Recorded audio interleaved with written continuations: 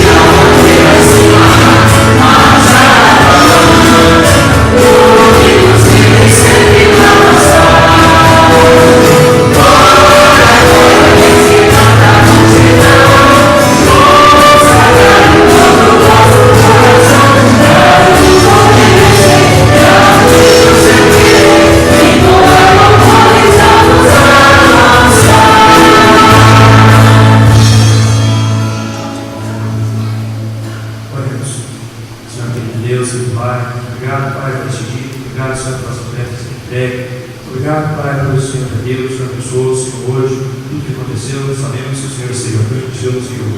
Obrigado, Pai, nessa hora também pedimos que o Senhor abençoe, Senhor, todos aqui, e tudo para, Senhor, nos palcos, jornada, nessa mesa, que venhamos, Senhor, estar sempre dentro da tua casa, Senhor, seguindo, te adorando cada vez mais. Obrigado, Senhor, por tudo, em nome de Jesus. Amém.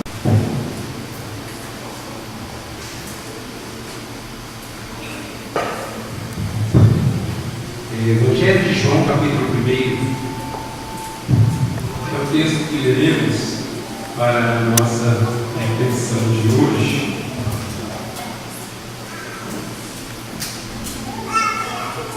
Evangelho de João, capítulo 1,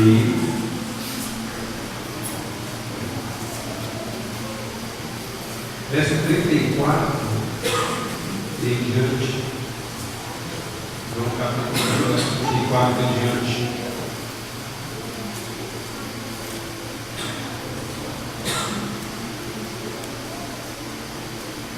Está escrito assim: e eu vi e tenho testificado que este é o Filho de Deus. No dia seguinte, João estava outra vez ali e dois de seus discípulos, e vendo passar a Jesus, disse: eis aqui o Cordeiro de Deus. E os dois discípulos ouviram-no dizer isto e seguiram a Jesus. E Jesus, voltando-se, vendo que eles o seguiam, disse-lhes: que buscais?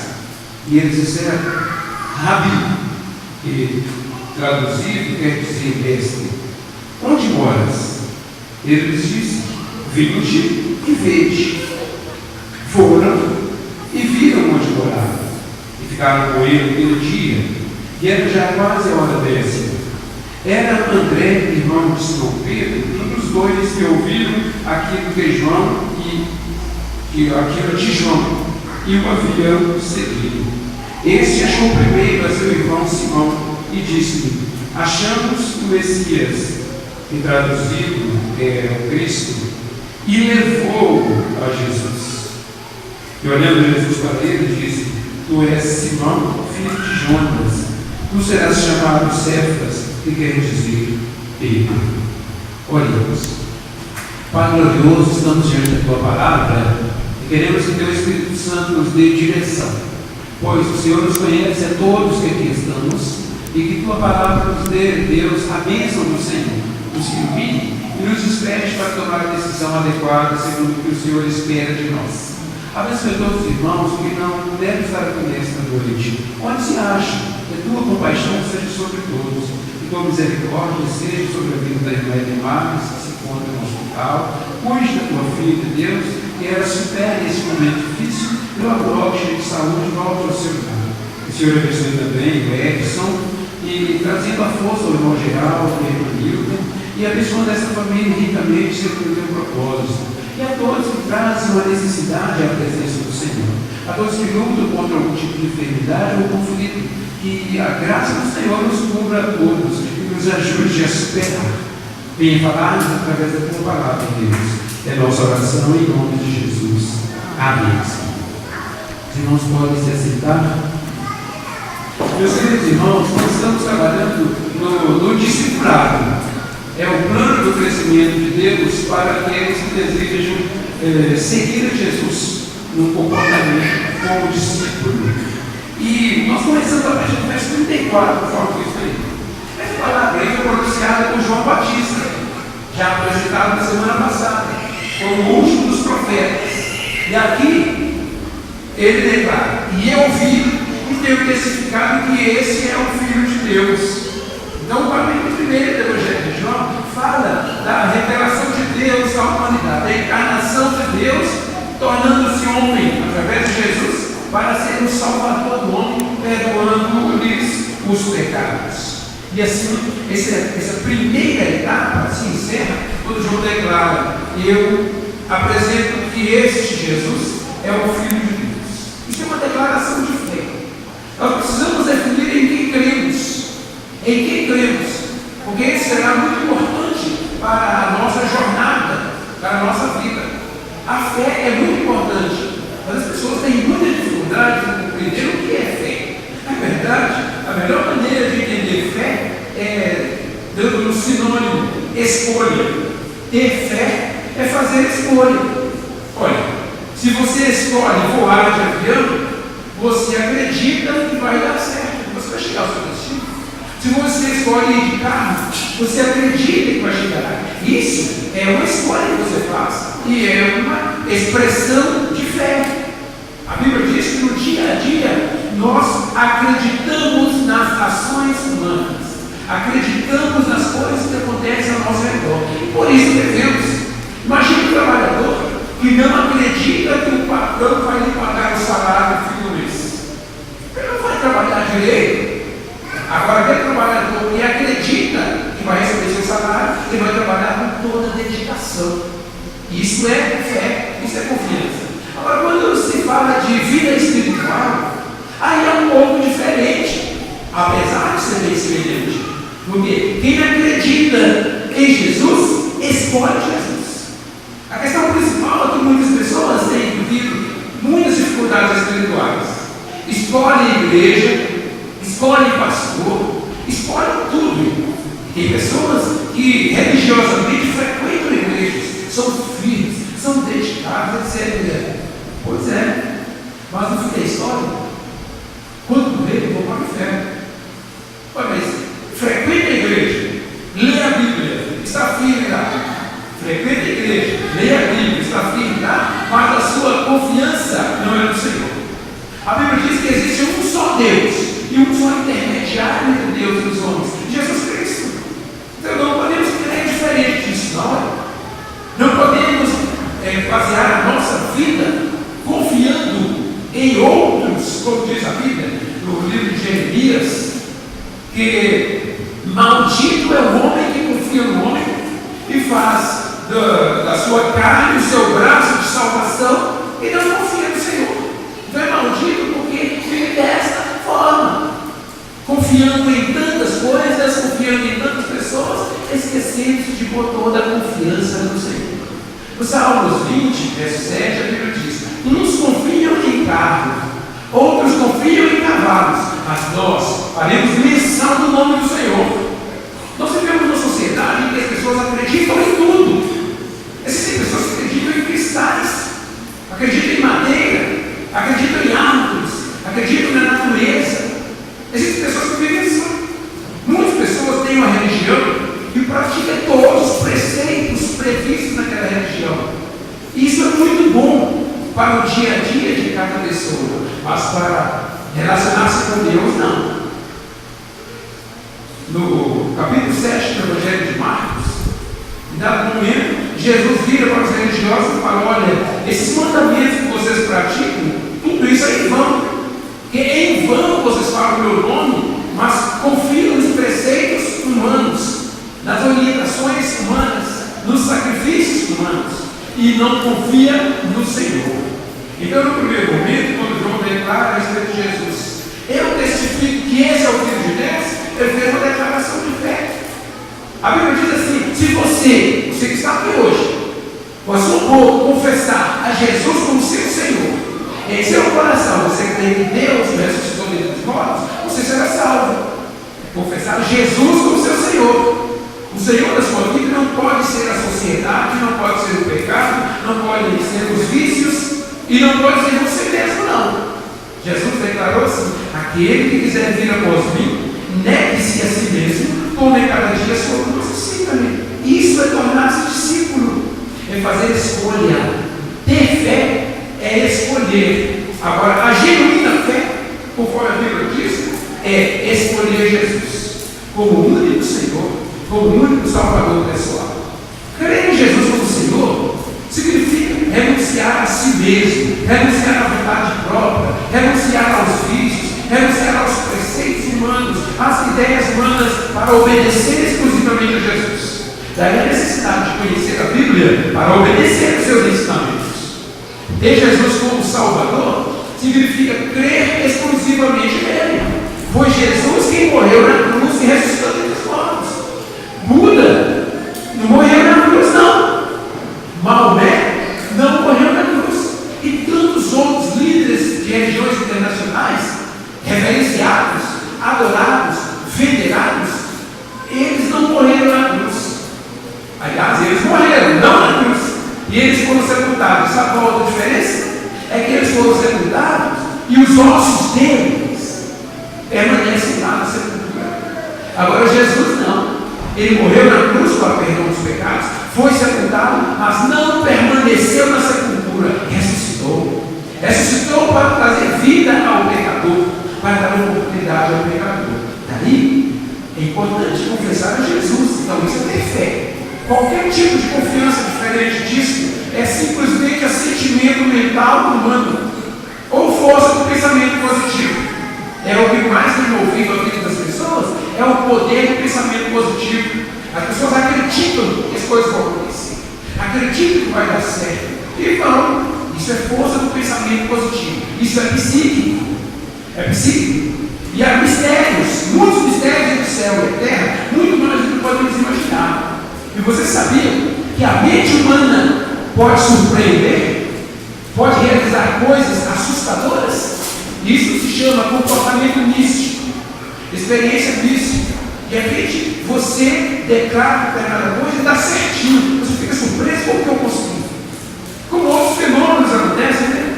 Eu me lembro, eu era criança, assistei isso na igreja, e uma senhora estava em casa, no hora do almoço, e de repente o filho dela chegou e entrou no quarto e ela ali na cozinha, mexendo com as coisas. E aí, meu filho? Eu fui lá ver o filho dela que estava lá. Mas ela tinha certeza absoluta que ele tinha chegado em casa. Pouco depois, havia o repórter do rádio, tocava a musiquinha, depois dava as manchetes. Aí anunciou que um jovem tinha caído de um prédio no horário tal e tal. Aquele jovem era o filho dela.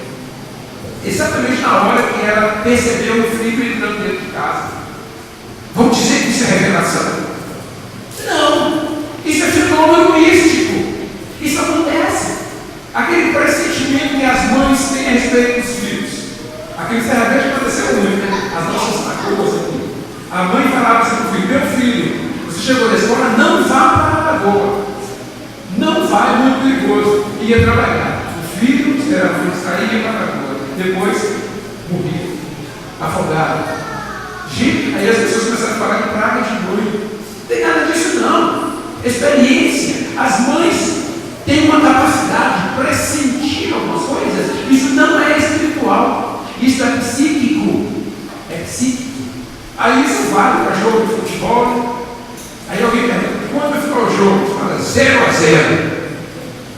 Ninguém vai chorar, ninguém vai sorrir. Aí termina o jogo 0-0. Aí eu acertei. E quem jogou no bolão tem que mudar dinheiro. Né? E tem gente que tem uma capacidade extraordinária para acertar nesses palpites. Mas isso é espiritual? Não. Primeiro, não é espiritual porque Deus gosta de jogo, né? Deus não aprova jogo. Esse negócio de torcer para Atlético, torcer para Cruzeiro, isso é coisa humana, não é de Deus, não. Deus não está querendo isso, não. Gostar do futebol é uma coisa. Agora, se matar, brigar, descontrolar as emoções como o povo faz, é doença. É de Deus, não. Deus não aprova, não. Você não vai encontrar nenhum discípulo de Jesus torcedor do Cruzeiro. E nenhum discípulo de Jesus torcedor do Atlético. Porque eles são torcedores de Jesus. Eles entenderam isso, não ficam tropeçando nessas coisas bobas e sombrias, não. Entretenimento tem o seu lugar e seu limite. Então, acompanhe o ser psíquico algumas capacidades em que as pessoas hoje estão culpando Deus por algumas coisas. Aí chega um lugar, alguém explora o seu poder. Eu estou recebendo direto convites para fazer curso de psicanálise e o curso de parapsicologia. Essas duas ciências, até a pseudociência, dá à pessoa o desenvolvimento mental que ele conseguirá manipular multidões. Como pastor, eu não quero manipular multidões, não. Eu tenho que ensinar a Bíblia. Eu tenho que fazer propostas para que as pessoas entendam e tomem decisões. Agora, se eu fizer o curso de parapsicologia, eu poderei desenvolver a capacidade de olhar para esse filho e falar: como tem essa capacidade? Eu não quero isso, não. Não quero, porque isso não é de Deus, não. De Deus é eu pregar o evangelho e perguntar: você quer aceitar Jesus? Quer ser discípulo de Jesus? Eu não posso manipular as pessoas para dar oferta na igreja, não. Oferta a pessoa dá quando propõe no coração, quando quer. Ninguém pode ser manipulado emocionalmente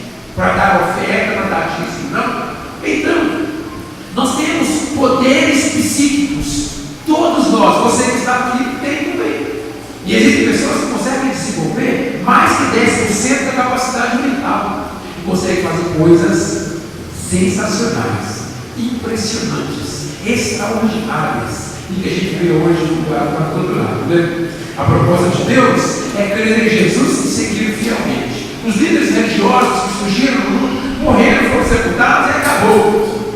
As religiões existem. E existem religiosos para todo lado, consultando profetas, consultando anjos, incorporando profetas, incorporando espíritos para todo lado. Para todo lado. O que a Bíblia quer é que você entenda o propósito de Deus e decida ser discípulo de Jesus. Isso é fé. É quando você reconhece Jesus como seu Salvador e Senhor. O que passa disso é invenção humana, é comportamento emocional e psíquico. E tem que tomar muito cuidado com isso.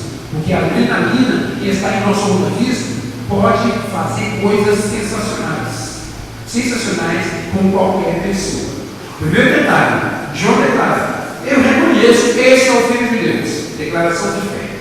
E para passar para o próximo detalhe, eu quero perguntar para você. Você que está aqui hoje, já reconheceu Jesus em sua vida como seu Senhor e seu Salvador? Quando eu pergunto isso, eu não estou perguntando se você já foi informado a respeito de Jesus, a respeito da Bíblia, se você tem religião, se seus pais ensinaram você. Eu não estou perguntando, não. Eu estou perguntando se você, pessoalmente, já arrependeu-se de seus pecados e entregou sua vida a Jesus.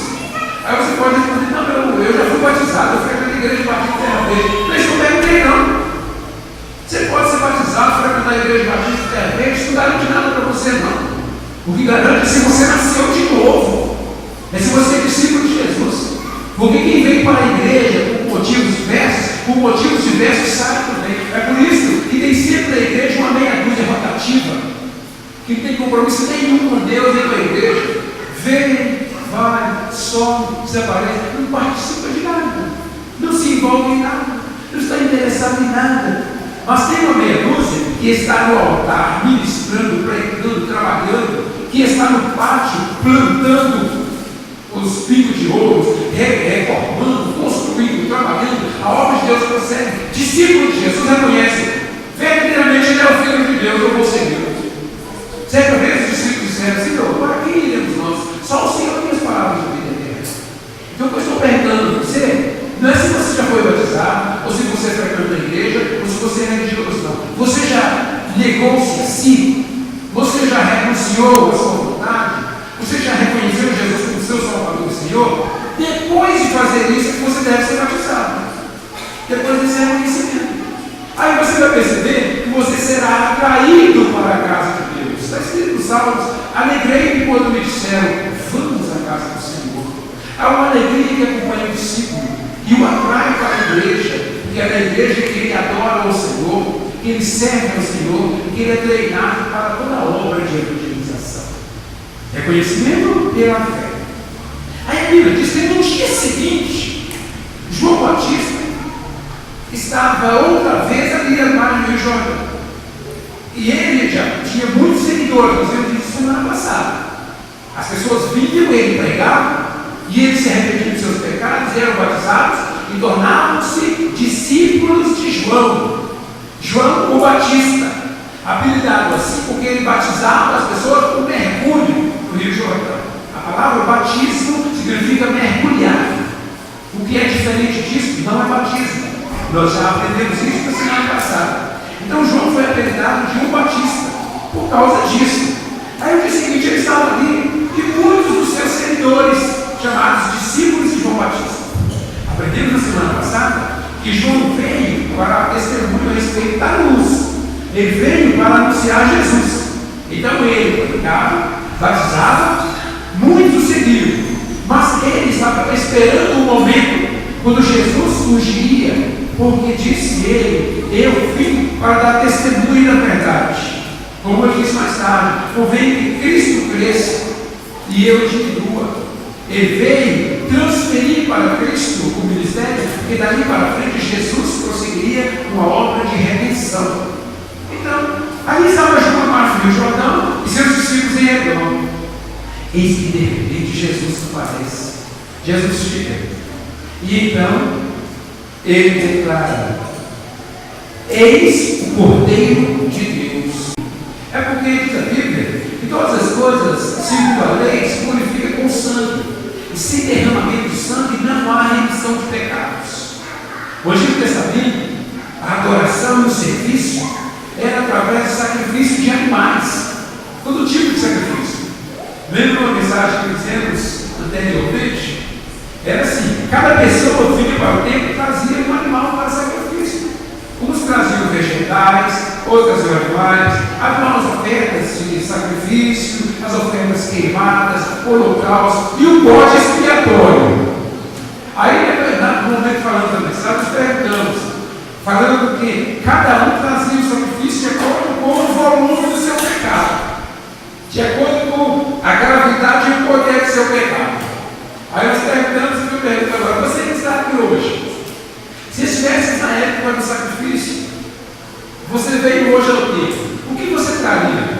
Vegetal para perdoar aquele pecado brando que você comete? Ou você traria animal para ser sacrificado no templo do pecado, é um pouquinho mais tarde? Ou você traria um bode expiatório, aqueles pecados cabeludos?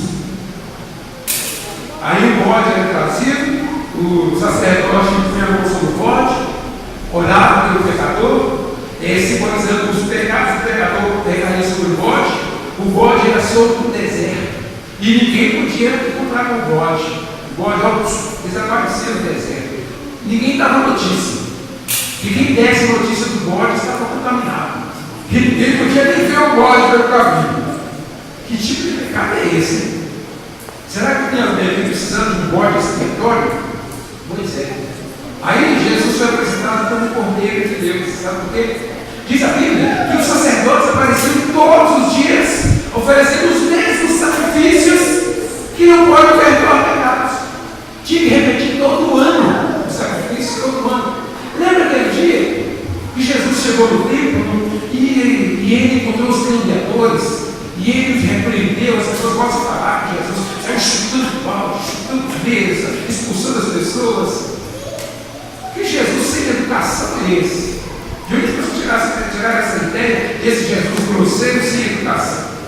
Na verdade, ele disse: a casa do meu pai está chamada casa de oração. E a ira, ele disse que a ira o consumiu. Jesus ficou irado. Mas a Bíblia diz que você tem condições de orar e não pecar. Jesus se irou, mas não pecou. Quando você fica irado e agride alguém, xinga alguém, ou fala mal de alguém, aí a ira virou pecado. Quando você fica irado e tem apenas desconforto interior por causa da sua ira, não é pecado. Jesus se irou naquele dia, mas não pecou. Se Jesus agredisse qualquer um daqueles trabalhadores, ele teria pecado. A Bíblia diz que Jesus nunca cometeu pecado. Então o povo fica dizendo por aí que Jesus cortou o povo no couro. Vocês não cortam ninguém no couro, não. Principalmente porque aquele ofício ali era legítimo. Aqueles homens estavam trabalhando. Aí, vocês estão acompanhando o raciocínio do sacrifício, não é? As pessoas vinham de longe para o templo, trazendo seus animais para o sacrifício. E os animais tinham que ser sacrificados sem nenhuma doença, sem nenhum machucado. Só vindo as pessoas de longe, muitas vezes o animal quebrava a pata do caminho, se machucava ou adoecia. Quando a pessoa chegava no santuário, no templo, e agora eu não posso oferecer para o sacrifício? Graças a Deus, porque tinha os camelôs lá na porta, com animais para oferecer aos que não tinham. Então era legítimo isso. Aí eles compravam e ofereciam o seu sacrifício. É perfeitamente normal. E o dinheiro do câmbio, a troca de moedas? Porque não é qualquer moeda que podia entrar no tempo, não, viu? Seria a mesma coisa do ofertório aqui. Aqui a oferta é em reais. Aí você chega com dólar, é como se fosse proibido dólar. Você vê que dólar é dólar. Naquela época não podia entrar outra moeda, não. Euro, dólar. Aí você vê e você não tem a moeda em real. Aí o irmão Jefferson está na porta fazendo as anotações. Aí você vai ter e troca sua moeda. Legítimo, porque aí você pode ofertar. É isso que acontecia no passado. Perfeitamente normal.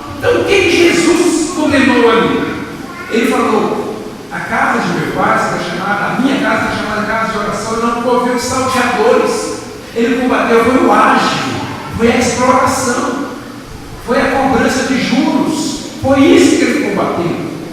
Corrigindo aquelas pessoas, os demais, tudo bem. Mas nós vemos ali que eles levavam os animais. E assim as ofertas eram apresentadas naquele tempo. Então, Jesus foi um sacrifício perfeito para perdoar os pecados. Agora, você não precisa trazer animais para o templo, porque Jesus foi chamado Cordeiro de Deus que tira o pecado do mundo. Hoje, ele ofereceu-se uma vez para perdoar os nossos pecados, meu Deus, para sempre, e não precisa de um sacrifício diferente para aqueles pecados, como por exemplo, do bode expiatório.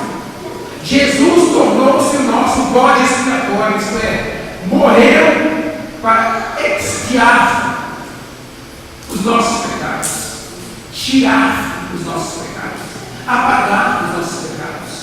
E quando recebemos o perdão, estamos perdoados de uma vez para sempre. O sacrifício de Jesus foi suficiente para isso. Então, quando Jesus passa, João conta disso. Esse é o Cordeiro de Deus que tira o pecado do mundo. E os seguidores de João concordam com ele. Porque João já havia anunciado: olha, eu batizo vocês mediante o arrependimento, mas depois de mim vem um, é a ele que vocês vão seguir. Ele nos batizará com o Espírito Santo. É a ele que vocês devem seguir. E apresentamos isso como sinal de humildade, a humildade do discípulo. João disse: olha, eu não sou digno nem de desamarrar a correia da sandália dele. Ele é maior que eu. João Batista apresentou Jesus. Então agora ele aponta e fala: ó, eis o Cordeiro de Deus que tira o pecado do mundo. Ele abre mão do seu ministério, porque dali em diante precisavam seguir a Jesus. Precisavam seguir a Jesus. Isso é doloroso, viu? É doloroso. Hoje as pessoas vivem circulando de igreja em igreja. É muito difícil encontrar uma pessoa que tenha compromisso com uma igreja local e sirva a Deus. E são poucos, porque são poucos os discípulos. E diz que a Bíblia agradou a Deus salvar um pequeno rebanho. As pessoas hoje vivem de galho em galho. Um dia numa igreja, outro dia na outra, outro dia na outra, outro dia na outra. Aí pergunta: qual que é a sua igreja? Não tem igreja não. Mas como? A Bíblia diz que o discípulo precisa ter uma igreja, seja ela pentecostal, neopentecostal ou histórica, ou batista. Mas cada um precisa ter uma igreja onde vai servir a Jesus. Aí, Igreja Batista Serra Verde, o número de pessoas que já entrou por essa porta é grande. A Igreja Batista Serra Verde é uma das maiores igrejas do mundo. Nós temos pessoas do mundo inteiro que passaram por essa porta, foram batizadas aqui. Pessoas que aprenderam a tocar instrumento aqui na igreja e tocam internacionalmente. Tem pessoa para tudo lá. Hoje, a nossa igreja tem um efeito elástico que está no pezinho deles. Não adianta. A Igreja Batista tem um pastor que tem uma maneira de viver um ministério bíblico. E é um pastor que sofre por causa das ovelhas. Quando o ovelha chega e fala: pastor, eu vou embora. Aí, um pedaço do coração do pastor apodrece. Fica derrancado. Mas o pastor tem que abrir na frente. Quando alguém chega e fala: pastor, eu vou para a igreja. Tudo bem. Deus abençoe. Pode ir em paz, mas a hora que você quiser voltar, pode voltar. Essa semana o pastor veio aqui me trazer as propostas de serviço para o Serra Verde. Começamos, aí dá um momento ele falou: tem uma família que era da igreja do Serra Verde, está frequentando a minha igreja, e eu não sei se eu conversar com o senhor, que você acha. Olha, você não para não. Deus abençoe, ainda bem que estão servindo a Cristo. Ainda bem. Horrível seria isso ficar fora da igreja. Mas o pastor fala isso com o coração dolorido. Imagina João Batista. Jesus chega, ele é rodeado de discípulos, todo mundo ali em volta dele. É aquele ali que você deve ser. Perceberam? A dor no coração. Mas aí foi um sinal de humildade. Convém que ele cresça e Deus diminua.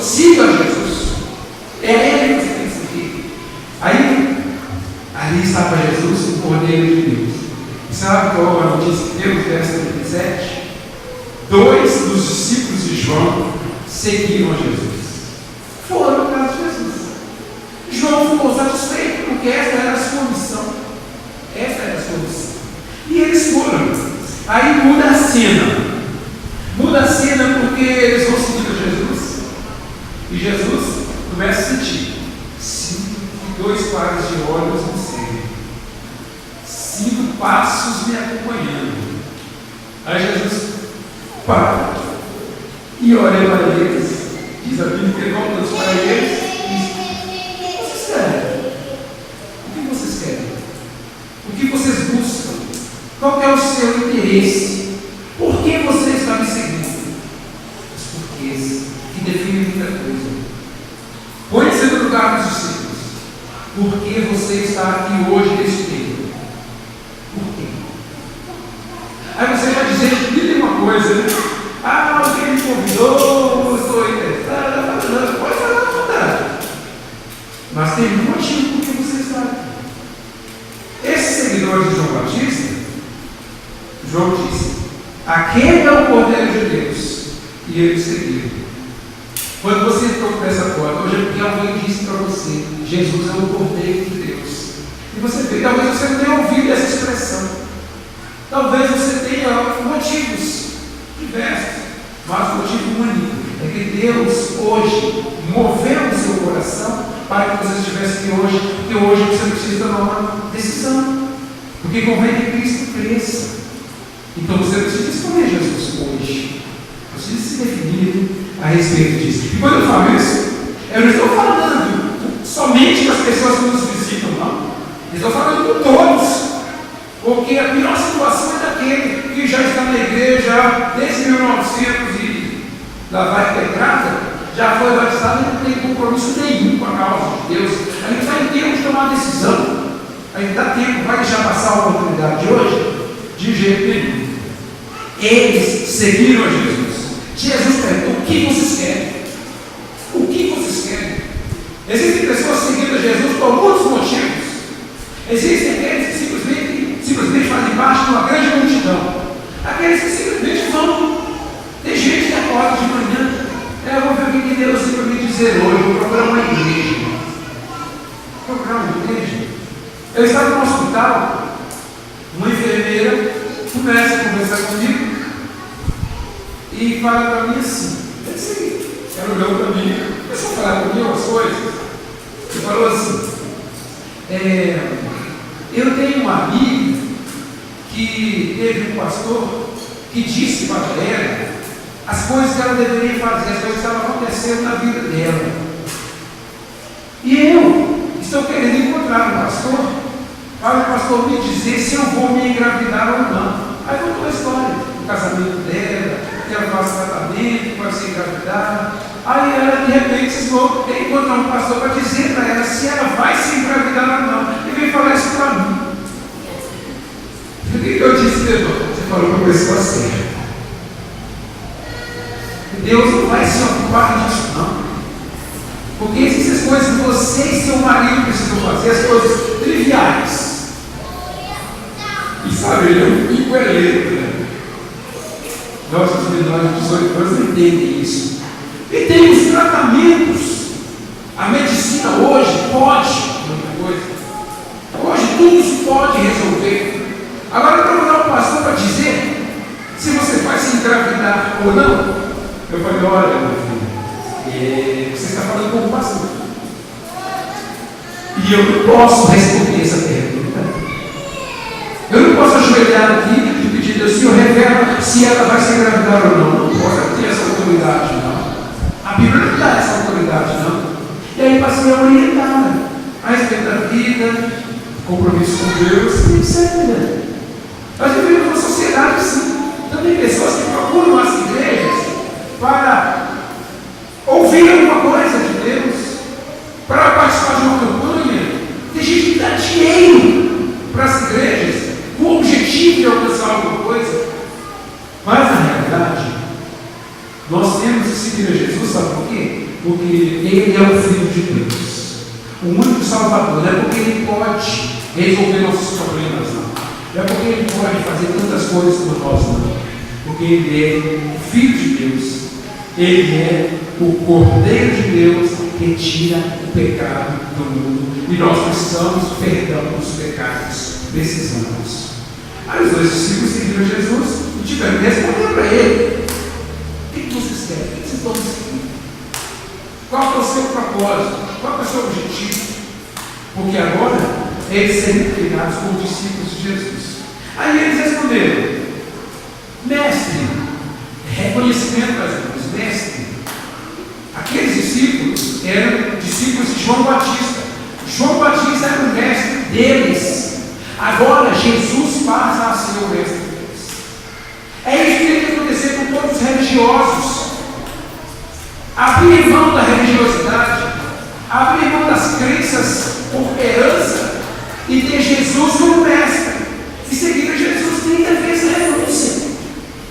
Ser discípulo de Jesus é deixar todo tipo de crença para crer exclusivamente nele. Aí eles perguntam: mestre, onde é que o senhor mora? Onde moras? Ele diz: quer saber onde eu moro? Vem e veja com vocês onde você mora, onde você mora. Eles se tornaram discípulos de Jesus.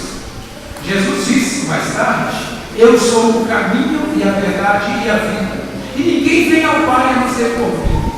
Os discípulos sempre apresentaram o seguinte dúvida: mestre, e eles repetem mais tarde: mas Senhor, nós não sabemos onde o Senhor vai, não. Como nós vamos saber o caminho? Aí Jesus disse: eu sou o caminho, a verdade e a vida. Mesma pergunta que eles fazem: onde você mora? Eles repetem mais tarde. Na verdade, Jesus estava abrindo a porta do céu. Toda religião acompanha o religioso até a sepultura, somente acabou. Agora, quem quer ir para o céu precisa seguir a Jesus. E quando morre, aí você vai para o céu. Você vai para o lugar onde Jesus mora. Ele disse: na casa de meu pai há muitas moradas. E se não fosse assim, eu não teria dito: eu vou preparar um lugar para vocês. Então Jesus responde sempre além da expectativa humana. Você vem na igreja para receber uma bênção como seguidor ocasional, e Jesus dá a você a vida eterna.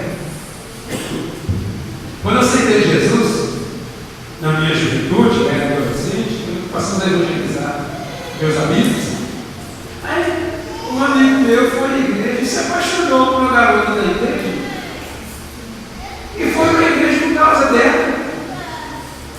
Aí a gente falou: não sei quem por causa de Jesus, por causa de Jesus. Depois eu fui entender. Ele foi por causa dela, mas Deus aceitou o pretexto e o salvou. Deus formou a sua vida.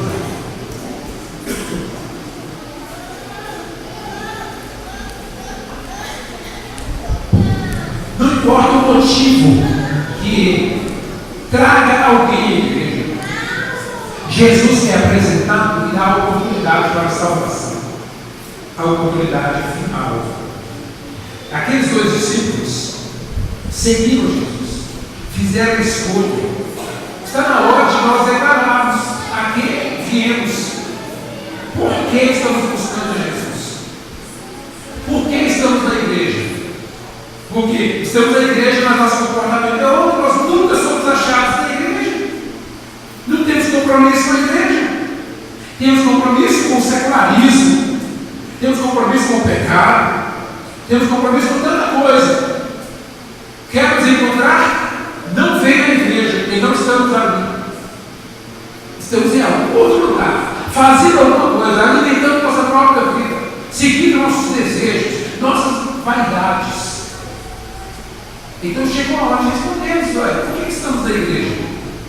Para cumprir uma obrigação religiosa, dizer: sou membro da igreja, aí eu vou lá uma vez por semana, uma vez por mês, uma vez por ano. É para isso? Jesus chamou você para ser discípulo de Jesus.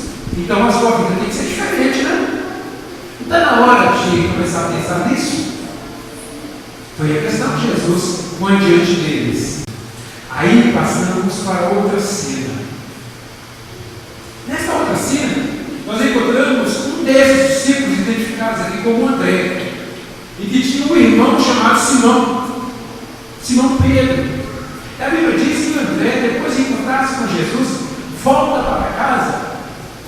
vida transformada, modificada.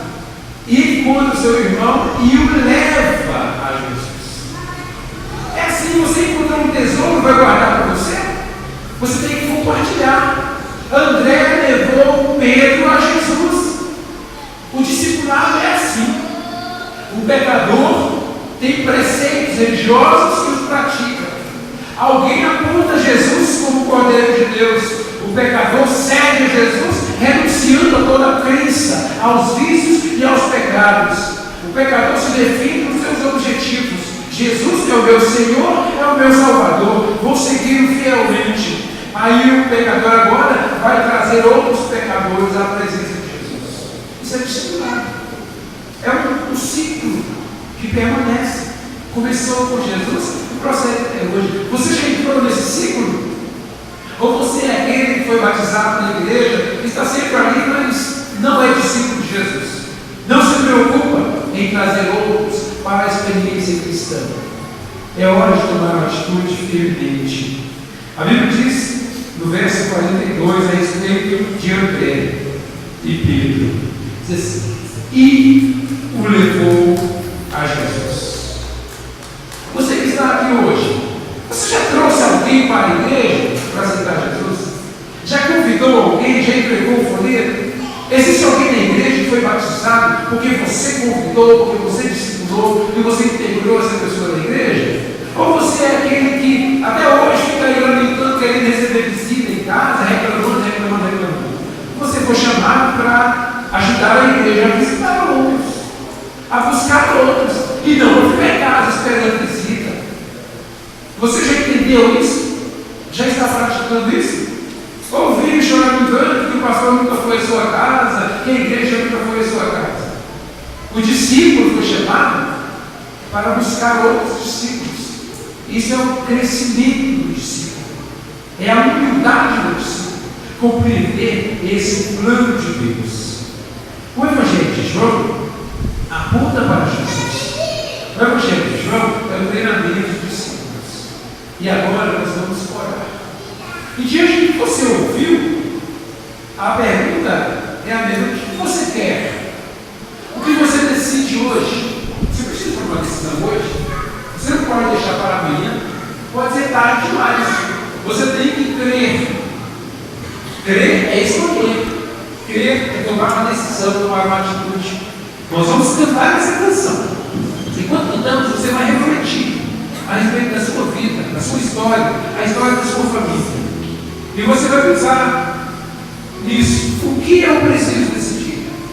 Aí, se você quer tomar uma decisão, você vai sair do seu lugar e venha ao altar. É o momento de intercessão. Vamos orar por você e da sua família. Entrega hoje a sua vida a Jesus. Seja discípulo de Jesus.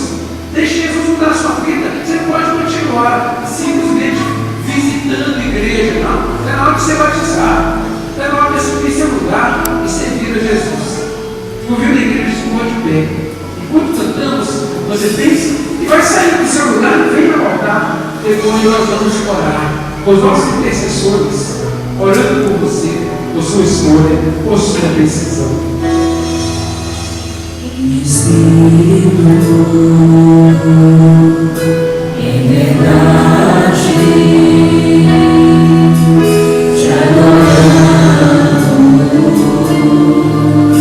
te adoramos, em Espírito, em verdade, te adoramos.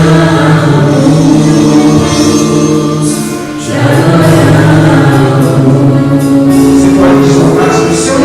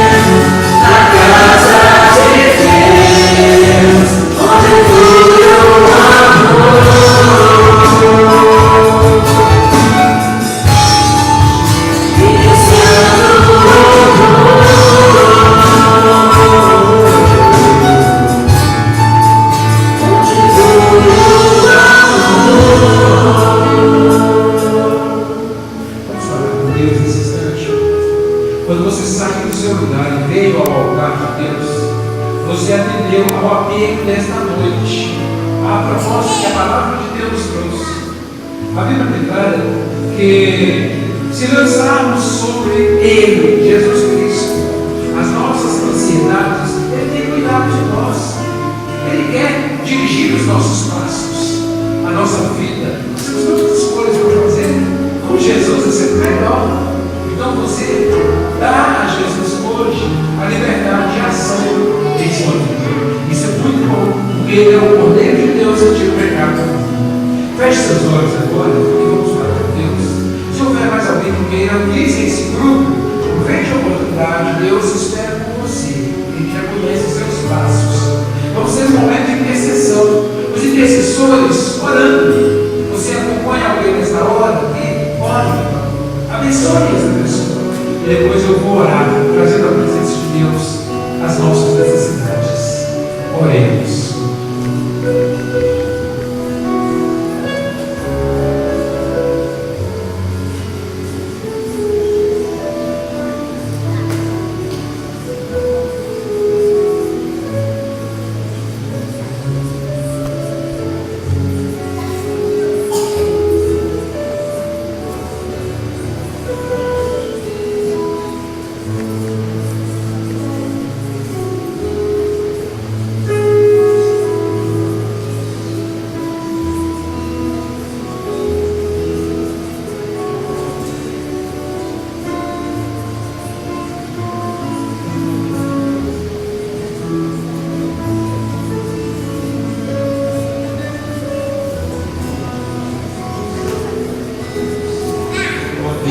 Glorioso Pai, nós nos apresentamos diante do teu altar com a decisão de fé. Escolhemos Jesus, escolhemos segui-lo, escolhemos obedecer a tua palavra.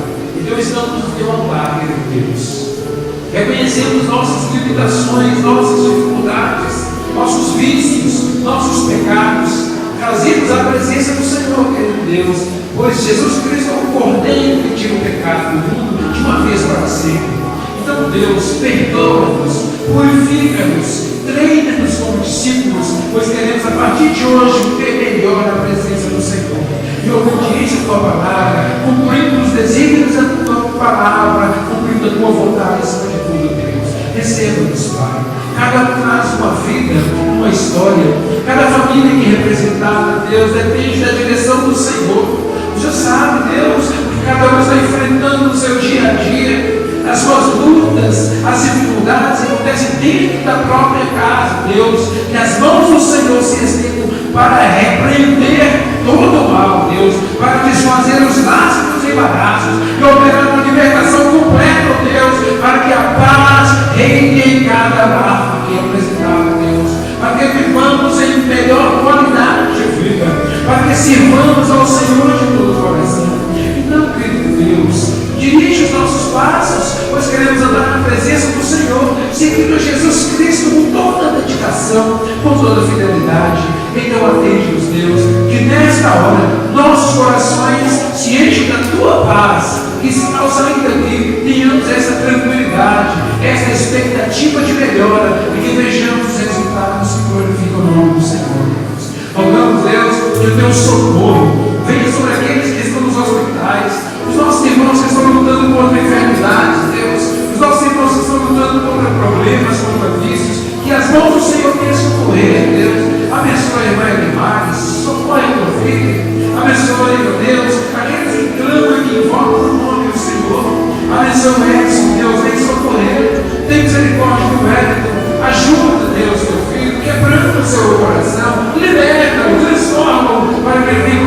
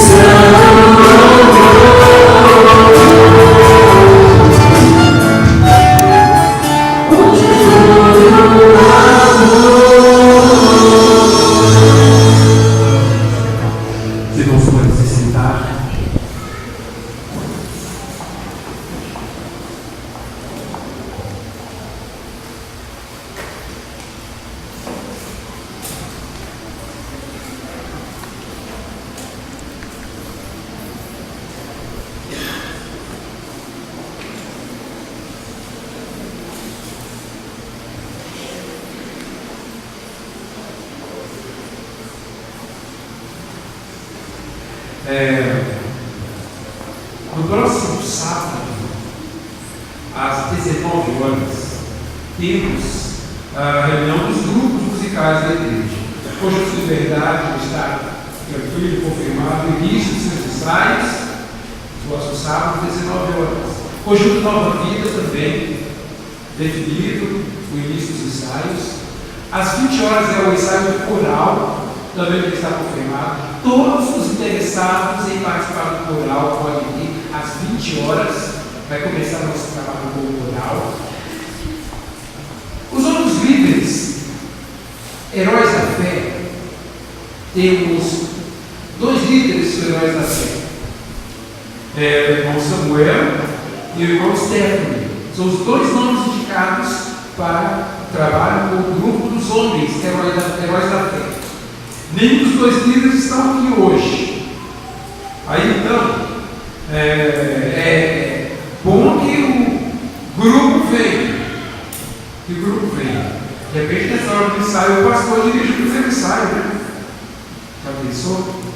Então, todos os homens, o Heróis da Fé é o grupo musical da Sociedade de Homens. Na MCA, está indicado 2 nomes como líderes na MCA. É a irmã Viviane e a irmã Priscila. São indicados ali. Vem comunicando. Então, o grupo de esperança é o grupo das senhoras. Venham também. Vamos ter esse primeiro momento e seja por direções. Temos que tratar com esses 4 líderes e alguns detalhes a respeito desses grupos e os objetivos desse grupo. Posteriormente haverá uma reunião com a liderança do setor para tratar com a liderança desses grupos e ver como vamos trabalhar e que tipo de liderança teremos. E se temos até que substituir alguns líderes, né? Certamente vamos substituir alguns líderes. Então isso já está na visão pastoral.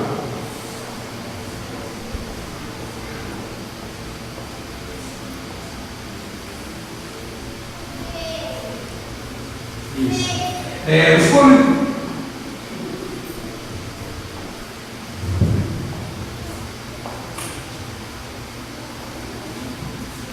Os voluntários para atuar na equipe de louvor, como instrumentistas, como vocal, devem procurar a irmã Miriam, dê o seu nome. Estamos nos organizando em todos os sentidos para os trabalhos que vamos desenvolver esse ano de 2014. A escola de música, para quem quer aprender a tocar instrumentos, é 14 horas. Porém, estamos ainda trabalhando com liderança. Os líderes sugeridos para coordenar as aulas ainda não compareceram em 2014. As férias estão prolongadas. Então nós temos ali os instrutores para bateria, para violão, para teclados. Nós vamos verificar isso, talvez os irmãos recebam comunicação a respeito disso. Mas por enquanto, a escola está prevista para os sábados às 14 horas. Então a gente, nesse próximo sábado, não vai acontecer ainda esta aula. O grupo Querigma, 16 horas. Líderes do grupo Querigma, nós temos Natália, Adriana e Soraya. São 3 líderes que vieram do ano passado, indicados para trabalhar. O grupo Querigma é o grupo de adolescentes para trabalhar teatro, coreografia, e eles trabalham de evangelização. São adolescentes, as garotas e os garotos, para esse trabalho. Então nós temos essa liderança aí, mas que não aconteceu ainda a reunião, ainda temos que ver, inclusive com a liderança, porque parece que alguns líderes têm outras ideias para 2014. E sendo assim, nós vamos substituindo os líderes. Aí se houver alguém voluntário para atuar em qualquer setor, pode apresentar-se, porque nós vamos trabalhar com voluntários para todos os setores. Vamos ver onde nós vamos chegar. 2014 é boa oportunidade para fazermos diferente essas pessoas. E vamos lá. Estamos aqui com uma convocação do GT de Missões. Ao terminar esse culto, o GT de Missões está convidado para a reunião. Olha, os nomes indicados para o GT de Missões: Natália, Priscila, Flávio, Eliana, Adriana. Então, são os coordenadores do GT infantil, Ana Paula e Nara também estão convocados para essa reunião. Convocar, participar dessa reunião. Mas aqueles que podem cooperar, você está presente com a reunião hoje. Os líderes estão presentes, mas sim, veja o que vai ser tratado, o que vai ser sugerido. Você poderá ajudar em alguma coisa? Ajude em alguma coisa, mas tudo conforme esforço para a gente promover missões mundiais, que é janeiro, fevereiro e março, o trimestre de missões mundiais. Então, ao terminarmos tudo aqui, esses nomes reunidos na primeira sala da Vinda Varanda, com os coordenadores de missões. Ok? De pé, vamos orar ao nosso Deus. Agradecendo por esta ocasião. Quarta-feira temos culto pelo tempo, quinta-feira temos grupos de crescimento e vamos atuando dentro daquilo que Deus tem como propósito. Todos nós somos chamados para o serviço, viu? Então Deus está esperando alguma coisa de nós. Oremos. Que o amor de Deus, nosso Pai, que a graça do Senhor Jesus Cristo, a comunhão e as consolações do Espírito Santo seja com todos os participantes desse culto desta noite e também com todas as igrejas que se reuniram a serviço do Senhor, hoje e sempre, em nome de Jesus. Amém. Após saudarmos uns aos outros, estamos despedidos por hoje.